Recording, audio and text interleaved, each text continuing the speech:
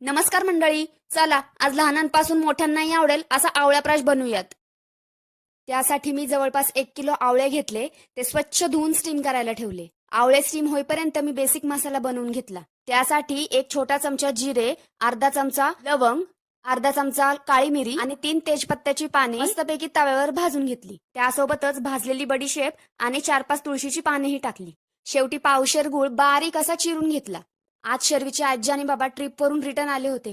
दोघांनाही बघून खूप खुश झाली होती.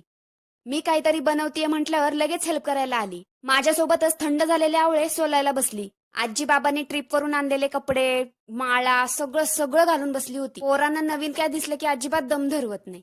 त्यात हल्ली आमच्या मॅडमला व्हिडिओ वगैरे काय काढलं की खूप राग येतो. आवळ्याच्या बिया काढून झाल्यावर पाणी न घालता जेवढं जमेन तेवढं बारीक वाटून घ्यायचं. मग त्यानंतर तुपात मंद आचेवर ही आवळा पेस्ट परतून घ्यायची.